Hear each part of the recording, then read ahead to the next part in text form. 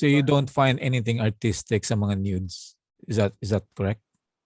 Well, nandun na ako na human body is beautiful, right? Yeah. But the point is, temptation kasi yan eh. Especially lalaki ako. Tayo mga lalaki, you know? Diba? May temptation dyan. Tapos kaya nga tinakpan yan eh. Ngayon, why would the artist show the body of women? Let's say, diba? So, paano kung halimbawa kung hindi tayo ma-attract sa, sa opposite sex, pero the point is na may danger kasi. Okay. Paano kung hindi naman nude pero sexy lang? Iwasan na lang yung mga ganyan. Marami pa naman sa Okay.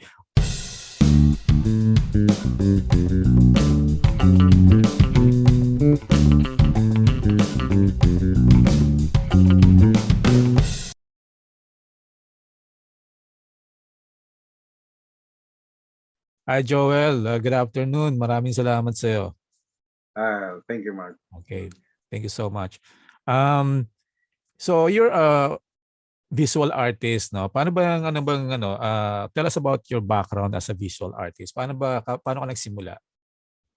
Well, actually, since I was a child, I really dreamed to be an artist. So from my childhood, palagi ako nagdo-drawing, ganyan. Yun palagi para bang I don't feel happy if I don't do art. I mean, just sketch bata pa. Yeah. And then later on, I started to join competitions nung elementary kami. And luckily, nanalo naman, mga third place pa lang nung unang panahon na yun. And then later on, several competitions sa school namin hanggang I was a member of Boy Scouts. Boy Scouts, no? Una muna Cub Scout, tapos Boy Scout. Pero doon sa Boy Scout level, merong mga competitions sa school and then sa city. And then I won the first place. And then later on, there was this competition na sa Western Visayas. And I also won the first place. And then I was sent to represent the Western Visayas to Manila. That's the first time I went to Manila, all expenses paid by the Boy Scouts of the Philippines. And so this is from Iloilo, no? Oh, from Iloilo. Okay. To cut the story short, I won the national competition, my first time to win. Right. So, natuwa ang mother ko. Then parang naging normal na lang na pag may competition, ako yung pinapadala ng school hanggang later on mga ibang competitions na matitindi na. Yeah. Up to the point na sa Western Visayas pa lang nagkaroon ng major art competition yung Marikudo Country Club. The theme was about the barter of Panay. Right. And it was the first time na may mga art competition whereby lots of professional artists in Iloilo joined. Iloilo-wide yun, the province, whole province. And then, I won the second place.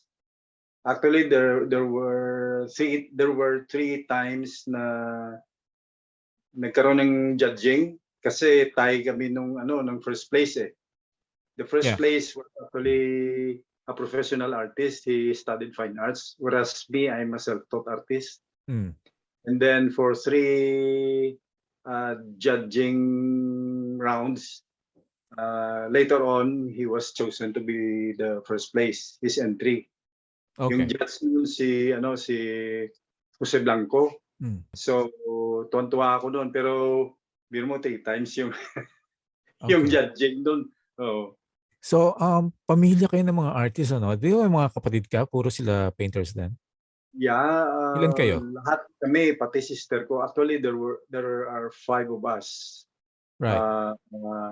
4 boys and 1 girl in the middle. Lahat kami artist. How about the parents? Yung parents ko, actually, my dad, he used to work for the government.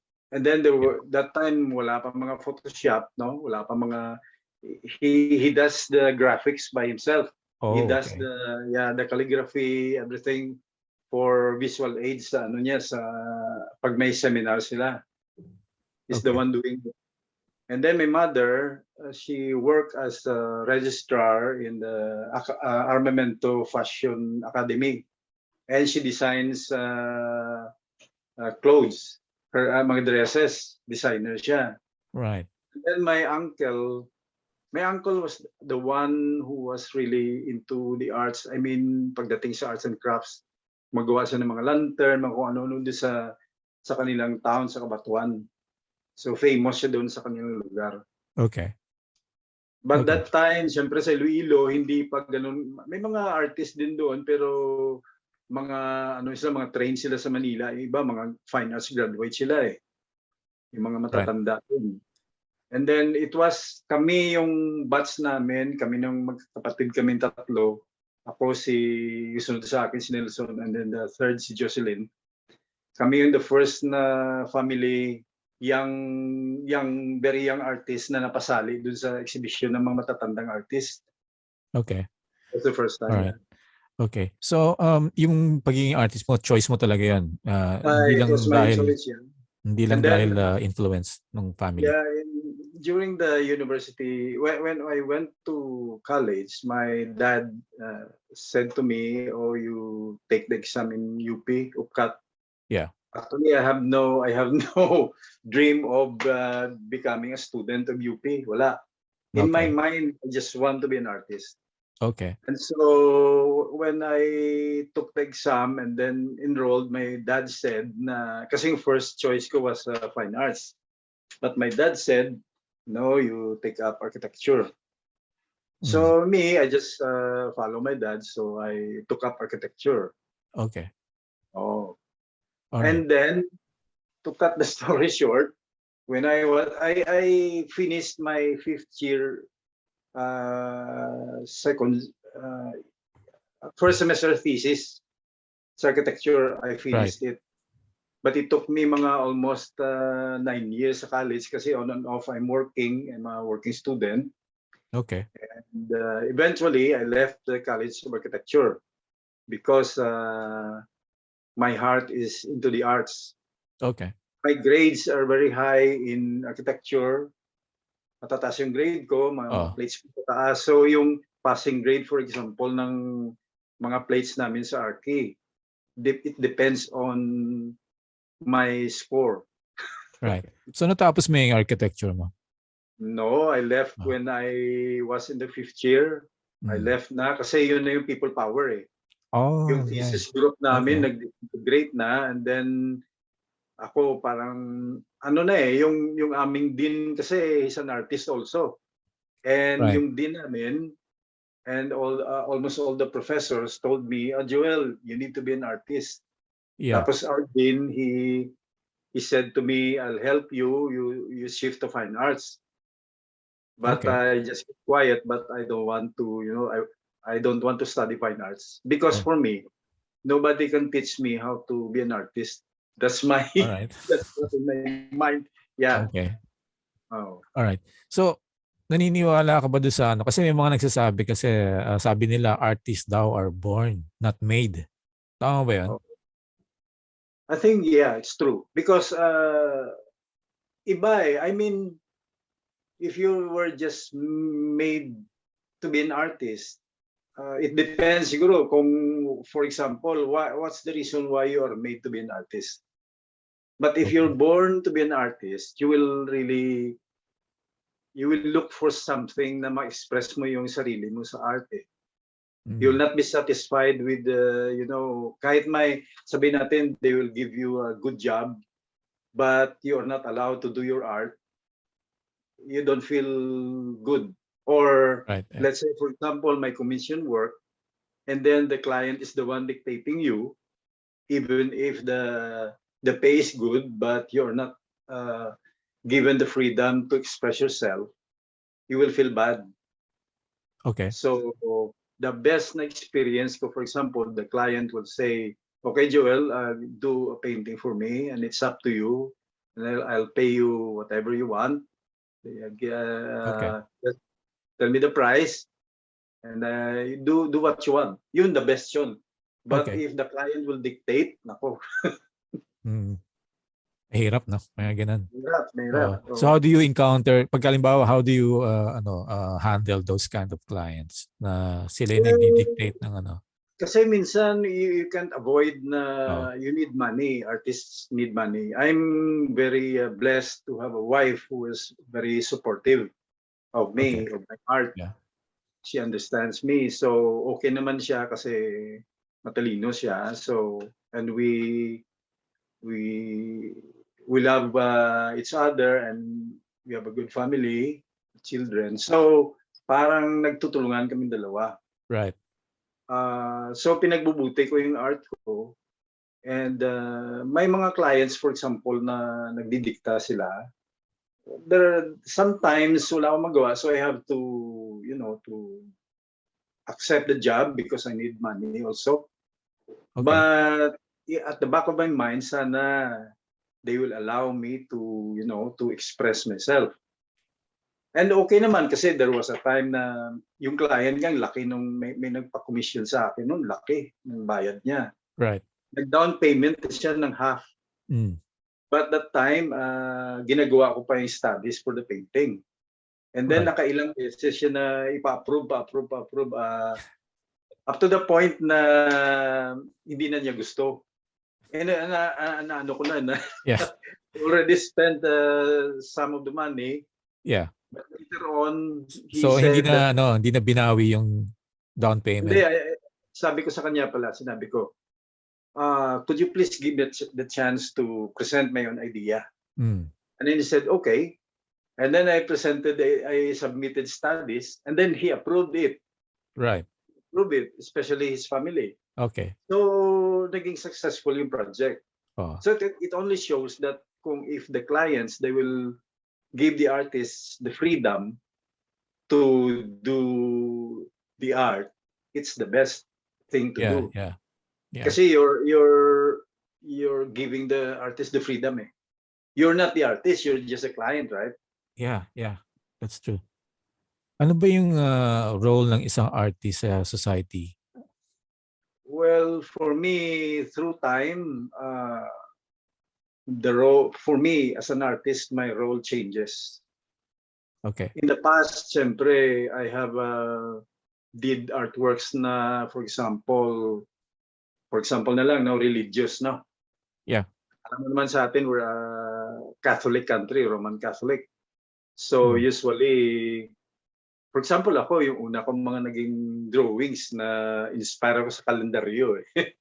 Okay. Di ba, yung mga image ni Sacred Heart, Yeah. Cristo Rey, Virgin Mary. So, ini-sketch ko yun, bata pa ako. Tuntuan ako pag nagawa ko na maganda. So later on, may mga nagpagawa sa akin na ganyan yung mga theme. So siyempre, dahil may pera, tinanggap ko. But later on, nung nagbabasa na ako ng Holy Bible, doon ko na-realize na mali pala yun, yung idolatry. Okay. So, nag-distance ako sa bagay na yan. Okay. And then there was a time na I was working for this company, a glass etching company, and then they asked me to do they told me that we have a big project, a chapel somewhere in Tagaytay, I think. And then all the glass windows and doors will be decorated with glass etchings. Yeah. Maganda. So they're expecting that because I'm the main artist, I will do it. But I told them that, Ma'am, sir, I can't do that. So because I studied the Holy Bible, it's against the biblical teachings. Idolatry na yan eh. Right. So kahit kailangan ko ng money, I did not accept it. So kasi iba na awareness ko eh. Iba na awareness ko. So kahit bayaran ka ng malaking pera, like kahit bayaran ako, pesos, kasi sabi nila sa akin, Joel, millions ito. So isip ko, I don't mind. Kasi kahit US dollars yan, ha? Pesos. I mean, kahit bayaran ka ng $1 million di mo tatanggapin. Oo, malabo. Okay. Kasi the wrath of the Almighty God. Right. Okay. If you love the Almighty God, you have to obey Him, right? And then not only that, you love the Almighty God, and you love your neighbor. So Right, if right. I'm the artist and I know that it's idolatry, so dalawa na yung kalaban. I mean, magalit na sa akin yung Almighty God, and then I'm also like leading my fellow men to idolatry. So it's not Right. good. Mm. Ano bukod doon sa nabanggit mo yung idolatry sa mga pagpipaint ng mga images ng mga religious na characters Ano pa yung isang bagay na you wouldn't dare paint on the canvas, you would never do, something that you would never do? Well, ako, I usually don't do nude paintings. Okay. Why is Kasi, that? what was the point?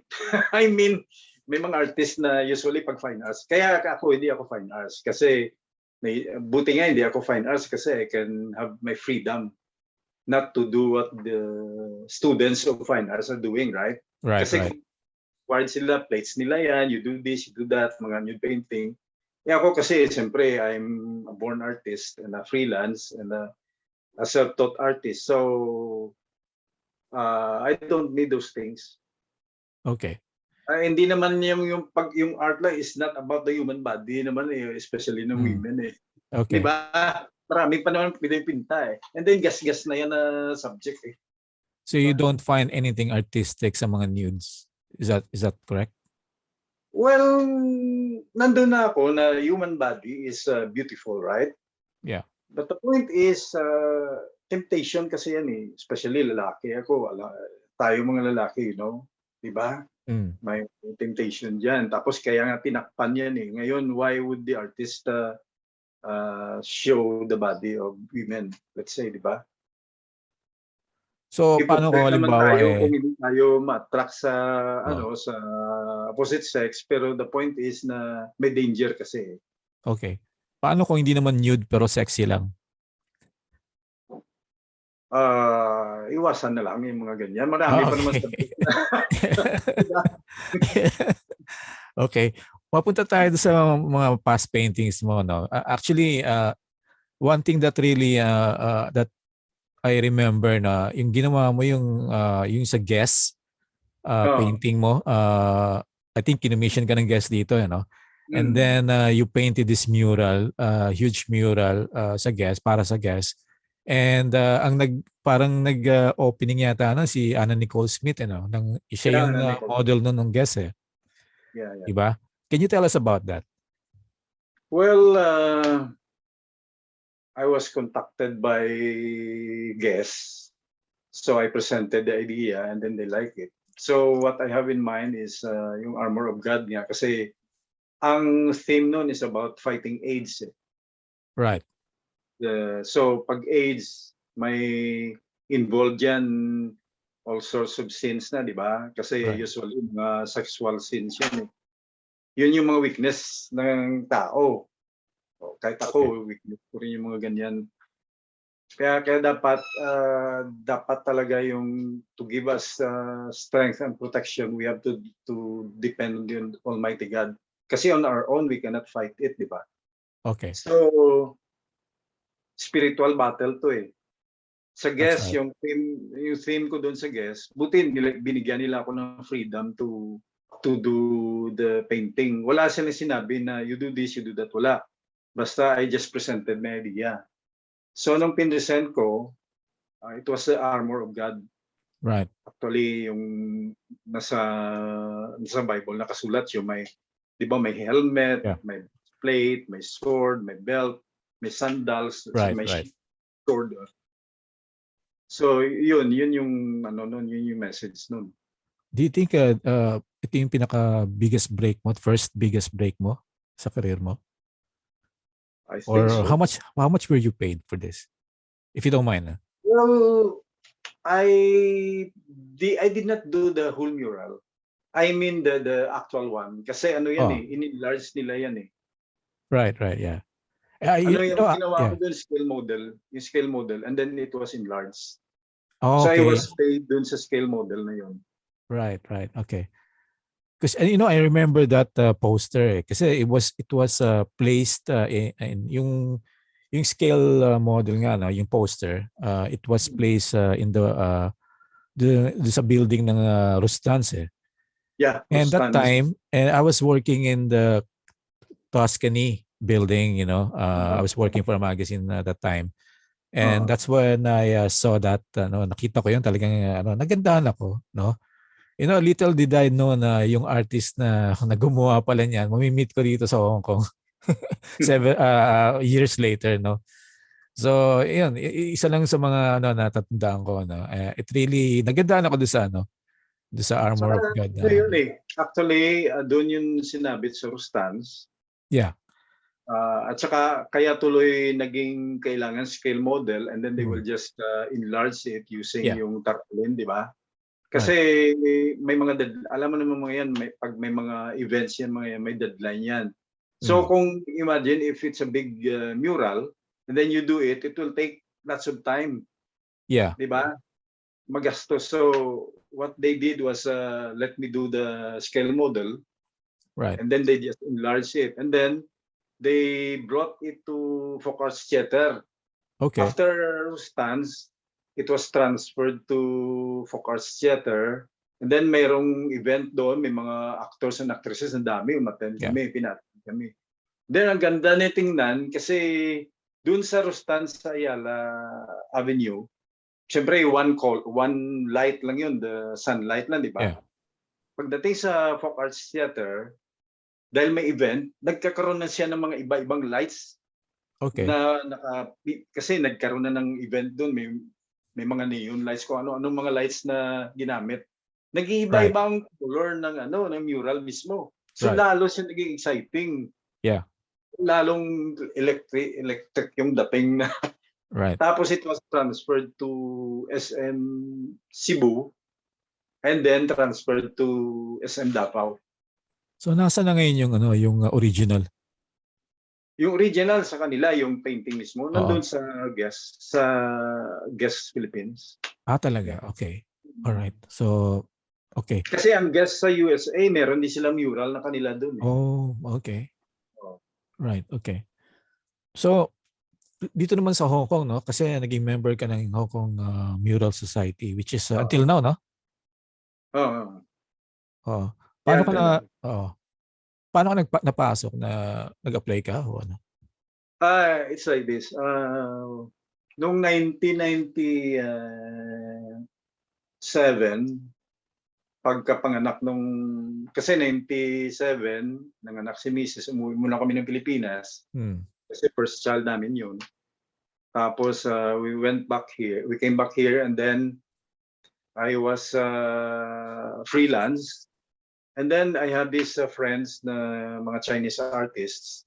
And then they told me, Joel, you want to join? We have a mural project. So nag-join ako as apprentice. Okay. Sumama lang ako sa mural sila. And then later on, the chairman, artist Kong Ho, he saw that I have talent. And then he assigned me to a wall. And then that was my own wall. And then yun, napasali na ako doon. So, na-express ko yung sarili ko doon. Tuwan-tuwa ako because the pay was good and then we have paint materials. Na until now, hindi ko pa ubos yung acrylic eh. Okay. Yeah. Ano ba yung mga challenges ng pagpipaint ng mural compared to sa canvas, no? I mean, siguro logistically mas mas mahirap siguro, no? Yeah. Very hard. Let's say, for example, we have a giant mural in Tsing Yi Island. That mural is 7 meters high by 125 meters long. And then we have to use the gondola, a platform na mechanized na you can just use the switch and then it goes up and down. Yeah. It goes up and down only. Unlike yung sa Hong Kong Academy of Performing Arts, meron sila malaking studio doon. And then we did the mural, we used their studio. Maganda doon yung nila, yung platform. You use the switch to go up and down and left and right. Kaya pag nag-paint ka ng mural, gagamitin mo lang yung yung control niya, yung hindi yung kamay mong gumagalaw, kundi yung the whole platform eh. Okay. That's good. So, mas lucrative siguro ang gawa ng mural, ano, kaysa doon sa mga, ano. I mean, Painting? yeah. Yeah, for you. Well, um, mas okay ang painting, siyempre, kasi small scale lang siya, pero malaki ang ano niyan. Ang mural naman kasi, siyempre, may mga budget naman yung ano eh. Depende sa nagpapagawa. Let's say, for example, that time it was the Hong Kong government. Yeah. So, okay naman yung budget nila. And then later on, mga schools, so depende kung may budget yung schools. Yung iba naman, mga organizations. Pero yung iba naman, parang ano eh, medyo pag kumagat ka sa low price para masanay sila, hindi naman maganda. Oo nga, oo nga. Eh, Oo. ang danger sa murals, let's say mga malalaking murals, let's say sa Tsing Yi Island, 7 meters high. And then, I'm always praying the time, I was always praying na no accidents will happen because the time I was the vice chairman. So if something Yeah. happens to the members, it will be our responsibility. Okay. Plus, yung weather pa, it took us around 3 months to finish. Yeah. Tapos minsan uulan pa yan. And then dun sa lungkutan, yung sa power plant, dun sa Chunmon, ang layo nun. Right, right. Matagal din yun, mahaba yun, siguro mga 1.5 meters high by 120 meters long yata, mural. But because it's rain and shine, and then it was hot, you have to do the mural from morning till late afternoon. Nagkaroon ako ng pneumonia doon. Grabe. Okay. Pero masaya. So, Okay. gamot naman ako, okay lang. Okay. Joel, mapunta tayo doon sa ano mo, no? Kasi you're also, aside from paintings, you're also doing sculptures, no? So, meron kang ginawa mga sculptures for SM Mall of Asia, right? And the Sky Garden? Sky Garden. Yeah. So, paano mo nakakuha yung racket na to? Well, the story was, there was this architect of SM who came to Hong Kong. Right. And then she had a friend also here in Hong Kong. And then the reason why she was here, because she was assigned to, to go around and look at the malls in other countries. So in Hong Kong, nandito siya. And then she saw this public art in the malls in Hong Kong. I think that was I forgot that place. It's in Hong Kong Island. No, Kowloon-side. I think it's an Olympic station. I don't know. Okay. Yung meron sa loob. Okay. Forget that building. Anyway, sa IFC Tower 2 pala. IFC Tower 2, di ba? IFC Tower 2 sa kabila. Right? Right. So, merong public art dun sa loob. And then she was, looking around and trying to have some ideas. And then, I think they were also looking for artists to do it. And it so happened that there's this lady, also a Filipina, and a friend of my wife. And then she knows me. And then friend niya yung architect from SM. Oh, okay. And then she was the one who suggested, why don't you let our artist Joel Ferraris do it for you? Right. So I received an email from SM. Nagulat ako eh. I received an email and then they asked me to present designs. So I presented designs. I think mga 12 designs yung sinabmit ko. Na-approve agad yung 10 yata yung na-approve.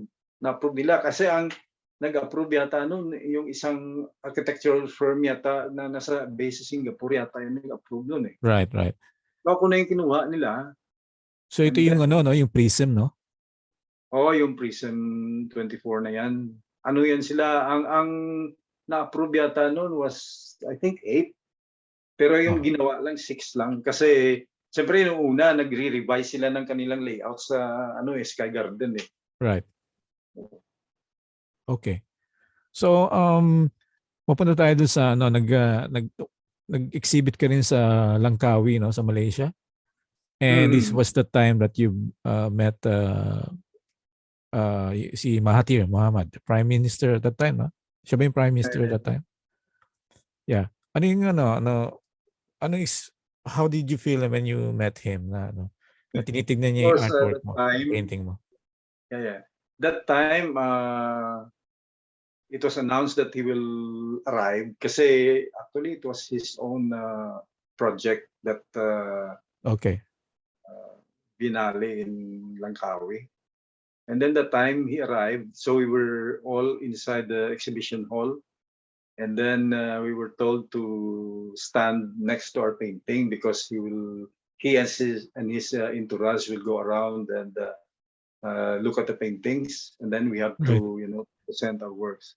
So I was very happy. I was able to talk to him and presented my work, explained the meaning of my work. So Right. it was really a very memorable moment for me. Yeah. Binili ba niya yung painting na yun o hindi? Or any of your paintings na exhibited doon? Sorry? Binili ba niya yung painting? Did he buy the... Well, the organizer got one of our paintings. Okay. Because we brought 3 each. I think each artist are allowed to bring 3. Right. But the agreement is we will donate 1. So we brought back the 2. Yeah. So I believe nagpunta ka sa US, ano, and you have an exhibition then sa isang university ron, ano? Tama? Yeah. So how did you get there? Why did you go there? Oh, well, I think that was in 2006, no? In 2005, because I'm a member of the Hong Kong Mural Society. Right. Then our chairman, artist Kong Ho, and his wife, mARTy Geiger Ho, they were professors in University of Pittsburgh in Bradford, in Pennsylvania. So, in the US. And then I think it was Kong who suggested that because they have a program, the University of Pittsburgh in Bradford, they had a program of inviting foreign artists. So I was one of the chosen to present my, I was invited. I received a letter of invitation and then I prepared. So there was an agreement that they will give like an honorarium for the exhibition, but we have to prepare for the painting and then everything. So successful naman kasi that was the first time that I went to the US. Right, yeah. So it was easy for me to get a US visa and for my wife, but I was the only one who went that time kasi my working wife ko. And then when I arrived in the US, the customs officer, the immigration officer said, congratulations. I was very welcome in the US. No problem. Yeah. Right. Kasi they knew that I'm an artist. Yeah. Right. Yeah. So yun ang what do you think is the most yung pinaka-highlight ng career mo? As an artist? Yeah. think Something na masasabi mo na you can be proud of, to tell everyone. Well, I think number one is maybe I can present to you 3 or maybe 4, but number 1 is I ceased to do paintings which are considered as tools for idolatry. Okay. Although lucrative business ang lucrative business to do paintings at cheap price, di ba? Lucrative yan. But that's number 1. Kasi for me, whatever success you have, if napunta ka sa hindi maganda, wala din yan eh. right? Okay. Yeah. So number one, you have to please the Almighty God Yeah. and not mislead your fellow men, right? Right. Right. You're Christians, supposedly. Number two, I think to have my name placed in a book, Right. in 300 X, yung masterpieces about sculptures, di ba? Yeah. Yeah. Yung nasa MOA, no? That thick book, no? Kay Yeah. Chris Van Offelen. So I'm the were you the only Filipino there? only Filipino included. Okay. Kasama si Ai Weiwei, sila Right. Okay. Angelo, nandun sila lahat. Lahat ng mga artist na mga big time nandun. Ako lang Right. mag-isa yung... Oh. Nagulat ako kasi I received an email from Chris Van Offelen. And then he asked me to submit photographs.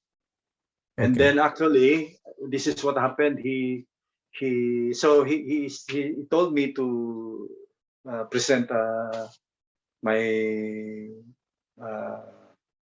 artist bio, and then he wrote something about me, and then he emailed it back to me, and he placed there that I'm a graduate of architecture. So I said, please okay. edit this. I Yeah. studied architecture, but I did not graduate.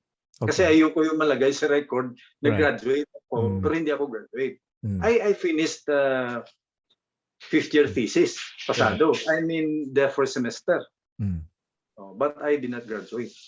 So yun, Right. so nasama yung name ko doon. And then the next one, I think is yung sa guest. Ba kasi Right. Yeah. tapos ang theme ko kasi doon, Armor of God yun eh. Mm. So very very significant kasi we as Christians, we need to be in full armor every day, right? That's right. Although yung mural na yun, napansin ko kasi limited naman yung, I mean, sa mural na yun, limited naman yung size. So wala siyang fit. May yun, sandals of obedience. That's right. The That's right. law of the Almighty God, di ba? Yeah. Anyway, it represents the armor of God. And then the third, siyempre siguro yung na-meet ko si Prime Minister Mahathir Mohamad. Right.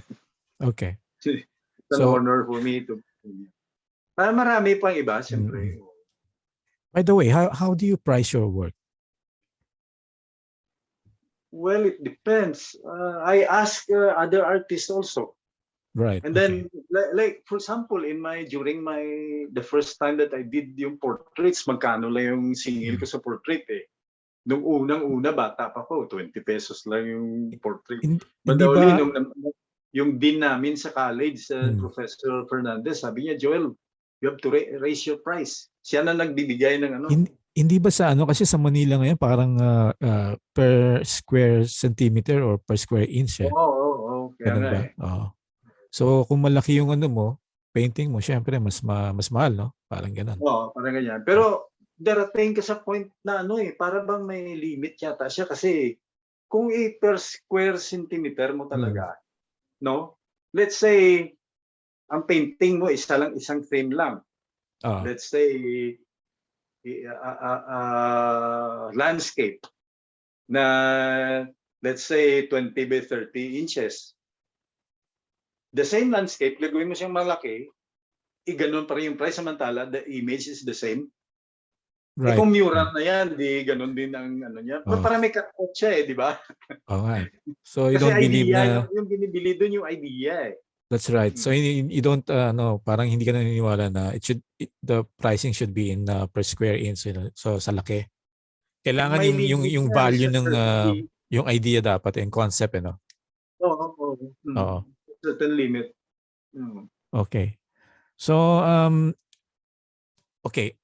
Any plans in the future? Nakikita ko ngayon yung painting mo sa likod bago I think ginagawa mo ngayon yan This one. Para kanino ba yan? Commission ba yan? Ito sa commission work ko. Itong sa okay. Okay. Marine life, may seascape, something like that.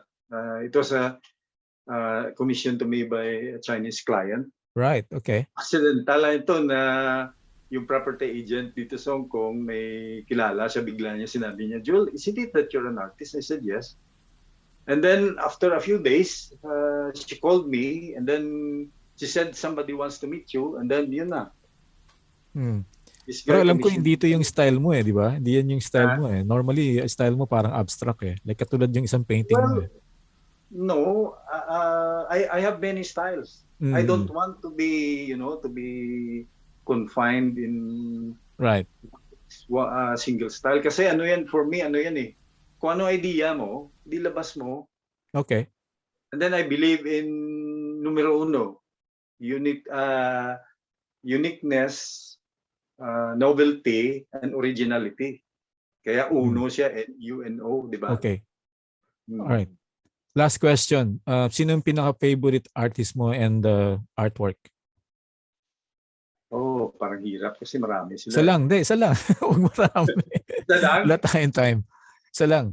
Yung pinaka talaga, pinaka-favorite mo. Siguro si Monet. Okay, si Cloud Monet. Kasi Okay. feeling, ang ganda ng gawa niya eh. I mean, Oo. para bang sarap gawin eh. Di Right. ba? Yeah. Oo. Mga outdoors, no? Oo. Yeah. Pero wala akong nakita yatang ginawa kang parang outdoors na team na parang yung mga Meron. puno, Meron mga din. meron ba? Okay. Marami. Actually, parang direksyon ko pabalik doon kasi nung una ganito nga eh, nung nasa Iloilo ako, iba yung klase ng art ko. Okay. More about nature. Yeah. Nagpunta na ng Manila, medyo napunta na sa medyo socio-political, religious na. Right, right. Pagpunta ng Hong Kong, about na sa mga modernism na, I mean, modernity, urban life, something Yeah. like that. Yeah. So, pero habang tumatanda, parang babalik ka sa nature eh. Parang ganun eh. Right. Okay. Well, Joel, maraming salamat sa iyo, no? And I am really glad na nakausap kita, no? And you were able to present your paintings, your ideas. And maraming salamat sa iyo sa pagtanggap mo, no? So, sana magkita tayo one of these days, no? Sa Hong Kong, no? Oo. Hindi tayo Oo nga eh. nagkikita eh. Nandito para Oo tayo nga eh. pareho nakatira pero hindi tayo nagkikita eh. Anyway, salamat sa iyo. Have a Yeah. good day. Sige sir. Thank you.